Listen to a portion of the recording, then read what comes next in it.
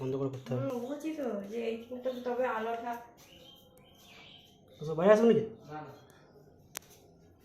হ্যাঁ যা করে গেল এত সুন্দর চকচক করছে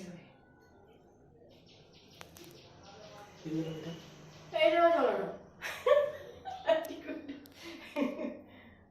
ওইটা বাড়িতে ঠিক করবে দাঁড়া এই তো নেই